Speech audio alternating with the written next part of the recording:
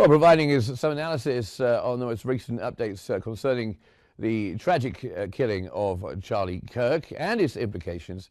We are joined from Washington by Mr. Dennis Jaffe, strategic affairs expert and political analyst, and also Adrian Calamel, a fellow at the Arabian Peninsula Institute. Thank you very much, both of you, for being here with us on Think Tank. I'll start with you, Dennis Jaffe, if I'll come to you. So we have the arrest of the suspect now in custody, 22-year-old Tyler Robinson. It's been announced by the FBI in the last few moments, and the governor of Utah. And we also discovered there's been a discovery of ammunition, which has been engraved with certain political ideological symbols, anti-fascist perhaps, and we're told transgender politics. What does this say that we now know that we suspected, but we now have much stronger confirmation that this is a political assassination? What does that say about the killing of Charlie Kirk? What's your reaction? Mark, good to be with you and discuss these very important issues for the audience. Well, I think it says two things. One, most importantly, we need to recognize that violence is wrong. Political violence is wrong. It is a cancer upon society. And secondly, someone who commits such violence of such a grotesque nature is likely to have mental illness themselves. And that is to not say all of this is about mental illness. My goodness, no. It is the proliferation of guns. It is the demonization of other, whether it is a Democrat, a Republican, a Jew, or an Arab, a Democrat or a Republican. We have demonization, we have mental illness, and we have the proliferation of guns. And unfortunately, President Trump has engaged in increasing the intensity, raising the temperature of political rhetoric, of political vitriol, since well before he ran for president, beginning in 2015. He called for an opponent of his, a Republican, Liz Cheney, the daughter of a former vice president, to be tried for treason. He even said maybe she should be shot. He made fun of former Speaker Nancy Pelosi's husband having been bludgeoned in their home. He also announced at one point that he thought it was possible when he was first running for president that Hillary Clinton could be assassinated by those who support the Second Amendment and the right to bear arms in a common spread way. So we need to look at the political rhetoric. We need to understand that there's politics in this, but someone who commits a crime like this is suffering from egregious mental illness, and we need to lower the temperature. And coming to you, Adrian Calamel, what's your reaction to the arrest of the suspect, Tyler Robinson, 22 years old? And it is a problem, isn't it, the political rhetoric, as Dennis Jaffe was just pointing out there.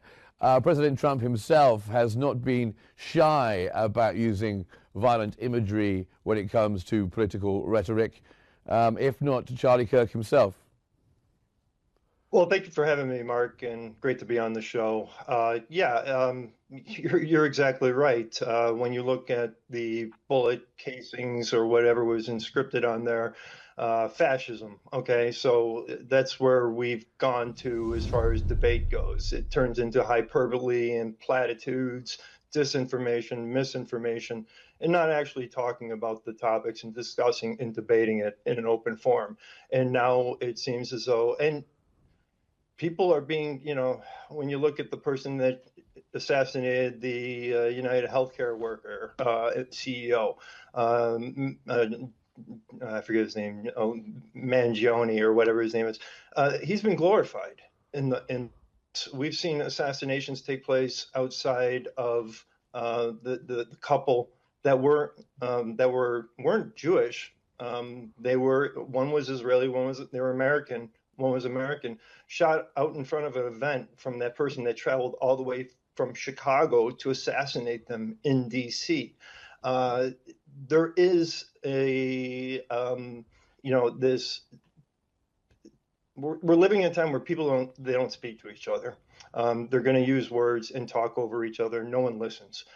You can put part of this. You can say Trump uses this type of language. He absolutely does. But you can't put it all at Trump's feet. You look at some of the gun action, and especially the gun violence and targeted violence.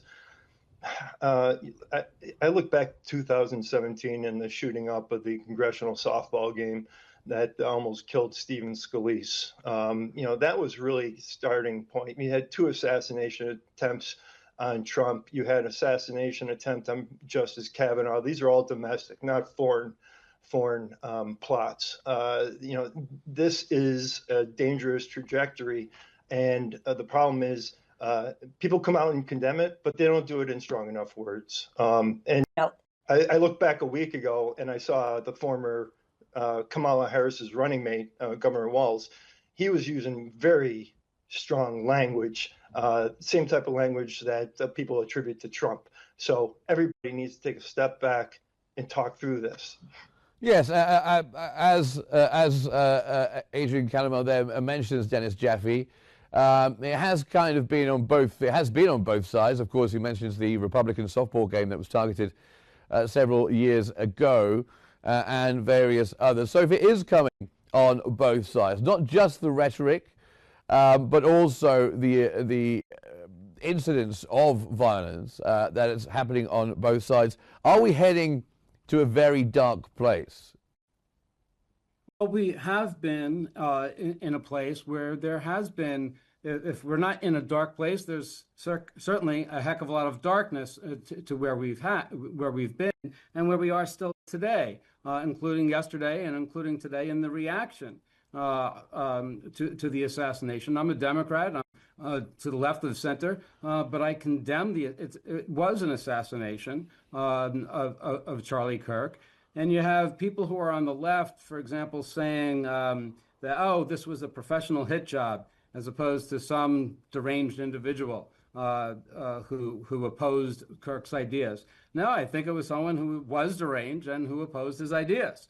I think that conspiracy theories are very much abound on both sides. I think that we do need to recognize that where rhetoric is dangerous on both sides, I think it would be untruthful if we do not recognize that the rhetoric from President Trump does glorify and in fact encourage political violence. He explicitly said that his opponent, Liz Cheney, who from his own party, should be shot and tried for treason. He laughed about former Speaker Pelosi's husband being attacked in their home. He openly talked of an assassination attempt coming about possibly from supporters of those with gun rights. And so there are incidents on both sides, and they all must be deplored and condemned. And as was just said by Adrian, they must be condemned in the strongest of terms.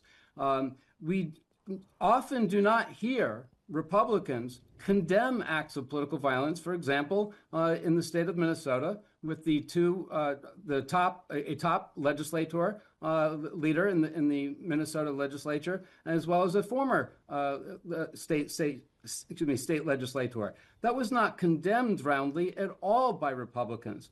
Democrats must condemn what happened 2 days ago now, and I think they largely are. So I think we need to recognize that, as well as the role of the proliferation of guns in this society.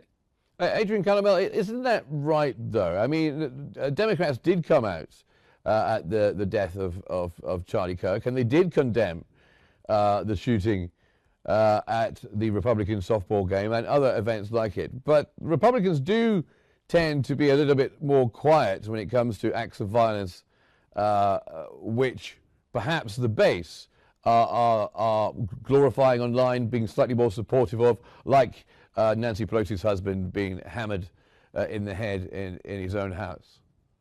Well, I think I'm going to move away from the Pelosi incident. I think part of the reason you may see Republicans, they'll condemn it, but they'll move away from it is because it's going to immediately get attached to Second And then it becomes not so much a debate about law enforcement, about the criminality of an issue, about the, whatever it may be. It becomes a gun, which, that is an issue, but I wouldn't say it's the root cause of the problem. Mark, I mean, as much as I do, you step off the tube in London, anywhere, and there's going to be police waiting there for kids with knives, rounding up little gangs of kids with knives, where guns aren't accessible, knives are then used. Okay, and let me just ask you about, I'll stay with you for a moment, Mr.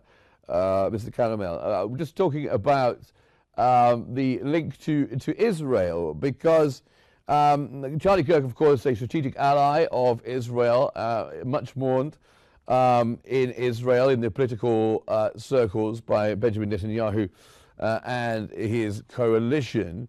And there have been all kinds of rumors that Israel was involved in the attack.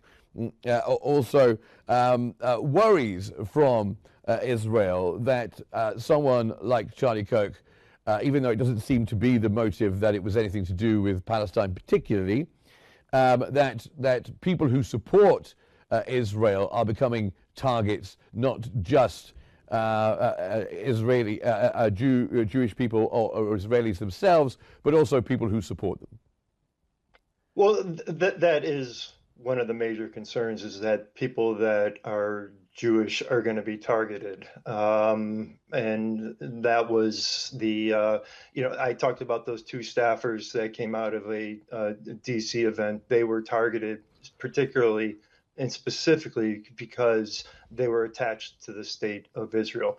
Now, with Charlie Kirk, I must be honest with you. I've listened to him once. And it was when he was on the news. I've never ever listened to his podcast or anything like that. Full transparency here.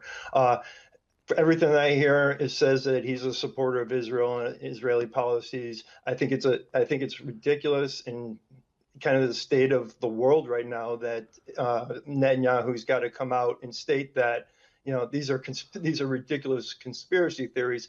But remember, we also heard these after 9/11. That a phone call was made and all Jewish employees were told not to show up to the World Trade Center, Pentagon, and other places. So, that's just kind of where we are with the rhetoric. Now, I will say with Charlie Kirk, he wasn't always supportive of Israel's policies. And the one time I did watch him that I referenced on the news, I was critical of him. It was vis-a-vis the conflict with the Islamic Republic of Iran. Charlie was not supportive of Israel at all in that. So, Charlie, he was a person, I think he was former Navy intelligence. I didn't really see it coming through in his messages. I saw him on X, saw what he put out. It lacked depth. It lacked the type of depth needed. I understand he amplified the voice of the right of Israel to exist. I also believe Israel has the right to exist, but it doesn't mean I should be shot for it, nor should Charlie be shot for it. And it doesn't mean that this is a Zionist Israeli conspiracy. Indeed. Well, coming to you, Dennis Jaffe, and let's talk about the security of it a little bit. We have this rifle fired from a rooftop. He had a very good view. You can see from the video footage of where he was compared to the stage. I mean, campuses should be places where it's free. You're free to go and have a debate and discuss different ideas and have visitors come in. Are we looking at a time now, especially in the United States and perhaps in Europe too, where these kind of discussions on campuses are becoming too dangerous to take place? Well, it's a sad reality that this aspect has to be discussed. Academic freedom, the college where you have free discussions, a few decades ago, where I had the opportunity to enjoy that myself. I think that I don't think that it is too dangerous to be that we have events like these in the future, but I do think it is certainly more dangerous than in the past. I think that we have to have greater security precautions than we have in the past. I'd also like to reduce this in a way that is kind of mundane. Back to when, ironically, I've always talked about this for years, ironic that 9/11 is just now 2 days ago, 3 days ago. Back when 9/11 happened, I believe that a fair amount of tragedy happens because people are afraid to speak up to their bosses, afraid to speak up and say, hey, wait a second, this isn't right. Should we check into something?